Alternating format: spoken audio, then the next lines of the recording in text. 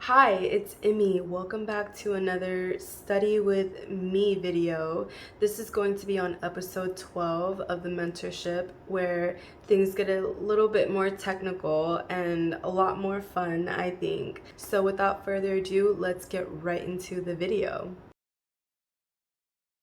So we're going to start off at 5 minutes and 26 seconds into the video, where we are comparing the daily chart to the hourly chart to form our market narrative. What I want to highlight in this slide is the high and the low end of the fair value gap at the daily and at the hourly. As it is mentioned by Michael, he does stress the importance of having our bearings or having the foundation of our understanding that's linked to the higher time frame. So the high end and the low end of the fair value gap in comparison between the two charts is really important for us to build our foundation on. From 5:47 to 6 minutes into the video, we are introducing the market structure pattern that we are going to be diving into. And we're going to get more into that in the next couple slides. But in this slide, we are learning this structure so that we can identify the pattern as the market is breaking, or when we have a bearish idea that's linked to the higher time frame in the proper context. This is kind of how we want to outline the market when we have a bearish idea. Michael says here he's outlined the market structure in the idea of long-term high, long-term lows, short-term highs, short-term lows, and in between the swing points we are seeing the intermediate term high and intermediate term low. How I've labeled the swings are by color. So all of the swing highs are labeled in pink and all of the swing lows are labeled in blue. The long-term high and the long-term lows are labeled in the darker pink and blue. The short-term high and the short-term low is labeled in the lightest pink and blue, and the intermediate term high and intermediate term low is labeled in the middle pink and blue. Hopefully this helps to understand it better in terms of color versus abbreviations. From 6 minutes to 7 minutes into the video, we are forming a market narrative or a market bias. What we don't want to do is to simplify the market structure into higher highs and higher low, that's bullish, or a lower high and a lower low, that's bearish. That's too simple and it doesn't give us accuracy. Instead, what we want to do is we want to look for reasons to go up or down. And the reasons why the market will come up or down is based on liquidity theory. I'm calling it liquidity theory in terms of looking at the market in sell side liquidity and buy side liquidity, sell stop, buy stops, and fair value gap. To summarize, we are not going to be looking at market structure in the retail typical idea where we have higher high, higher lows and things like that, but we're looking for reasons to go up or down. So from 7:30 to 8:30 into the video, we are learning how to arrive at a bias. What took me a little bit of time to wrap my head around why this market structure pattern was being taught in the first place, or why this was important, is because this is the structure pattern that occurs when we have a bearish idea. This pattern helps to identify the accuracy of that bearish idea based on the higher time frame. So from 10:58 to 12:36, we are learning how to arrive at a bias. And this is basically teaching us how to understand the structure pattern that we are learning when we're bearish by studying these swings. At the daily time frame, as you can see, we had made a 3-candle swing low into sell side liquidity, and we come up on Wednesday. Wednesday's movement has balanced out that entire fair value gap. Because we have a 3-candle swing low into sell side liquidity, and we have Wednesday's movement balancing out the rest of that fair value gap, on Wednesday we can conclude that the price is likely to go lower. If we can conclude that the price is likely to go lower, meaning that we are concluding that Wednesday's movement is the highest high that it's going to make before it comes down, because we are bearish, and we are bearish because of the fair value gap completely being filled. We are expecting Thursday to be a down close candle day. We are looking at this high on Wednesday to be the long-term high, and price should not trade above this high. So before Tuesday's movement, we would have been asking ourselves where the market is likely to go. And this is a question that we ask ourselves every day when we're at the charts, as Michael suggests us doing. So when we get that candle happening before Tuesday, Monday's candle, we get a candle that trades into the sell side liquidity, as you can see with that yellow dotted line, and then we have a 3 candle swing low into that sell side liquidity by Tuesday.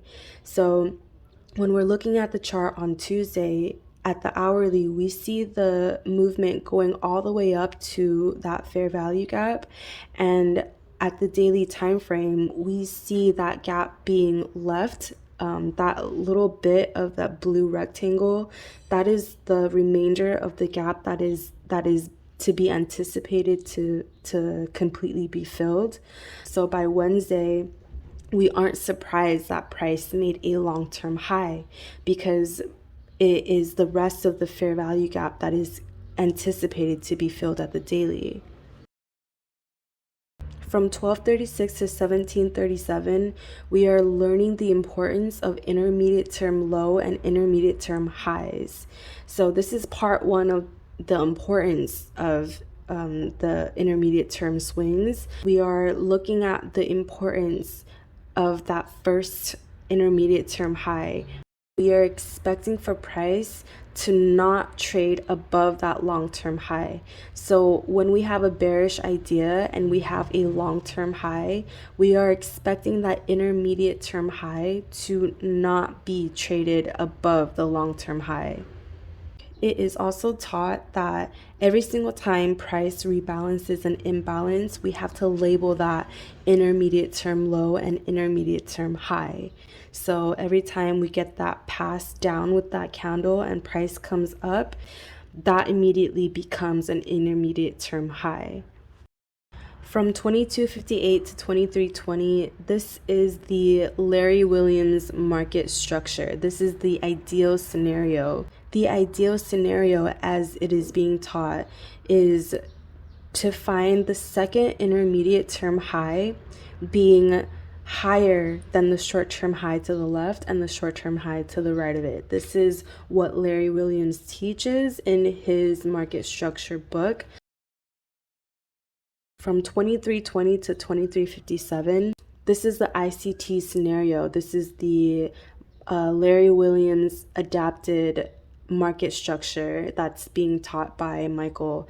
And he is saying that we want to find the second intermediate term high not being higher than the short-term high to the left and the right of it. So you want to see the market actively coming down with those swings. From 2420 to 2528, this is where we get into order blocks and using highly precise ideas within these order blocks to short. So he teaches the definition of what a bearish order block is in this video. And what it is a bulk of up close candles before the sell-off at the last short-term high. The last short-term high is where we need to be looking for the bulk of up close candles that is going to be the range that we look for our fair value gap. The reason why these intermediate term swings are important is because we are using these terms to understand or look for things to expect in the future. The last short-term high should not trade above the intermediate term high there in pink because it is an intermediate term high. So that is the importance of labeling these swings.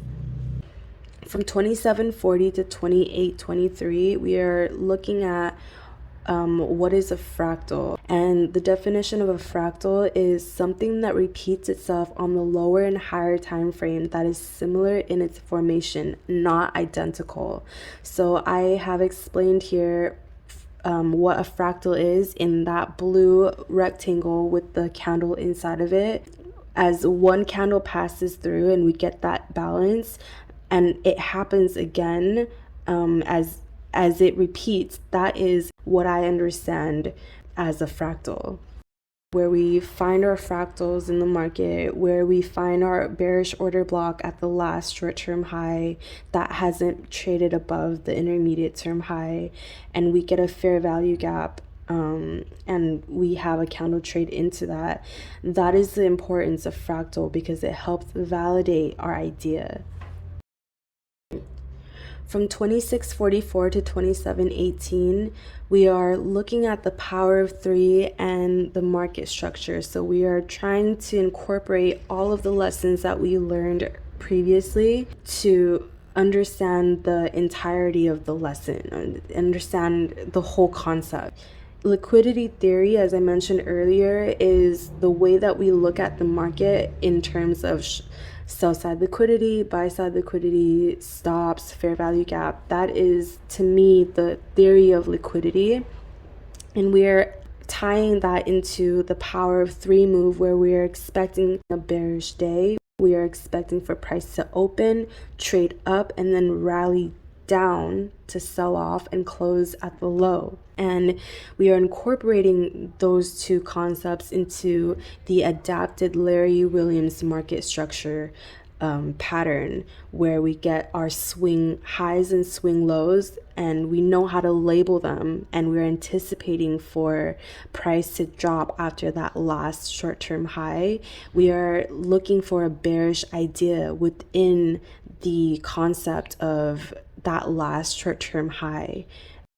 From 3118 to 3154, we are learning how to place our take profit mark and how to project price. So Michael says here, when we have a break below the intermediate term low, then we have a significant break of structure. What this tells me is that I can start using this long-term high to long-term low to project price down. So as you can see here, after we get that candle break at the 15-minute chart of the intermediate term low, we are going to take the Fibonacci and anchor it to the long-term high to the long-term low. Another way to target price from 30 minutes to 32.19. This is if price breaks below the long-term low and you didn't want to take the Fibonacci tool at the break of the intermediate term low, but instead you want to target price when price breaks the long-term low, you can anchor the Fibonacci from the intermediate term high to the long-term low and get price projection that way as well. So from 4130 to 4214, we're going back into the importance of intermediate term lows and high, as I mentioned earlier. And Michael says there's two classifications of intermediate term highs. And that is, one, it is a short-term high with a lower short-term high to the right and a lower short-term high to the left of it. Number two, Michael says, or it trades back up to rebalance an imbalance as it does at the second intermediate term high, and that immediately becomes an intermediate term high.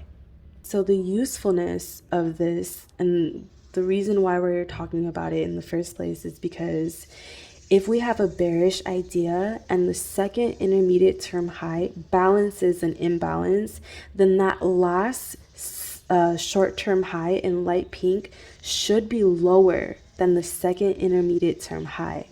So if that last short-term high is higher than the intermediate term high, that trade idea is invalid.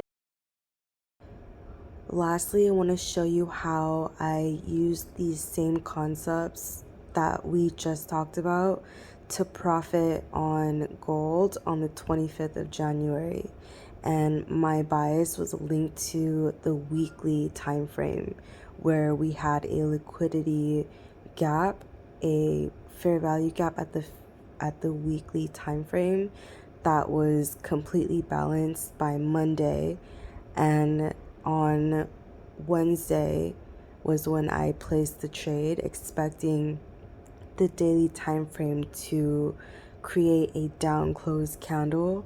And as you can see, price did come down, and I took profit here at the close to the long-term low, and price eventually went back up, giving me more of a bullish bias for the following week. And that is all that I have for episode 12. This video has been particularly fun for me to make, I think because I grew like 50 brain cells. I hope you did too. So leave a comment if you found this video helpful, and I'll see you in the next video. Bye.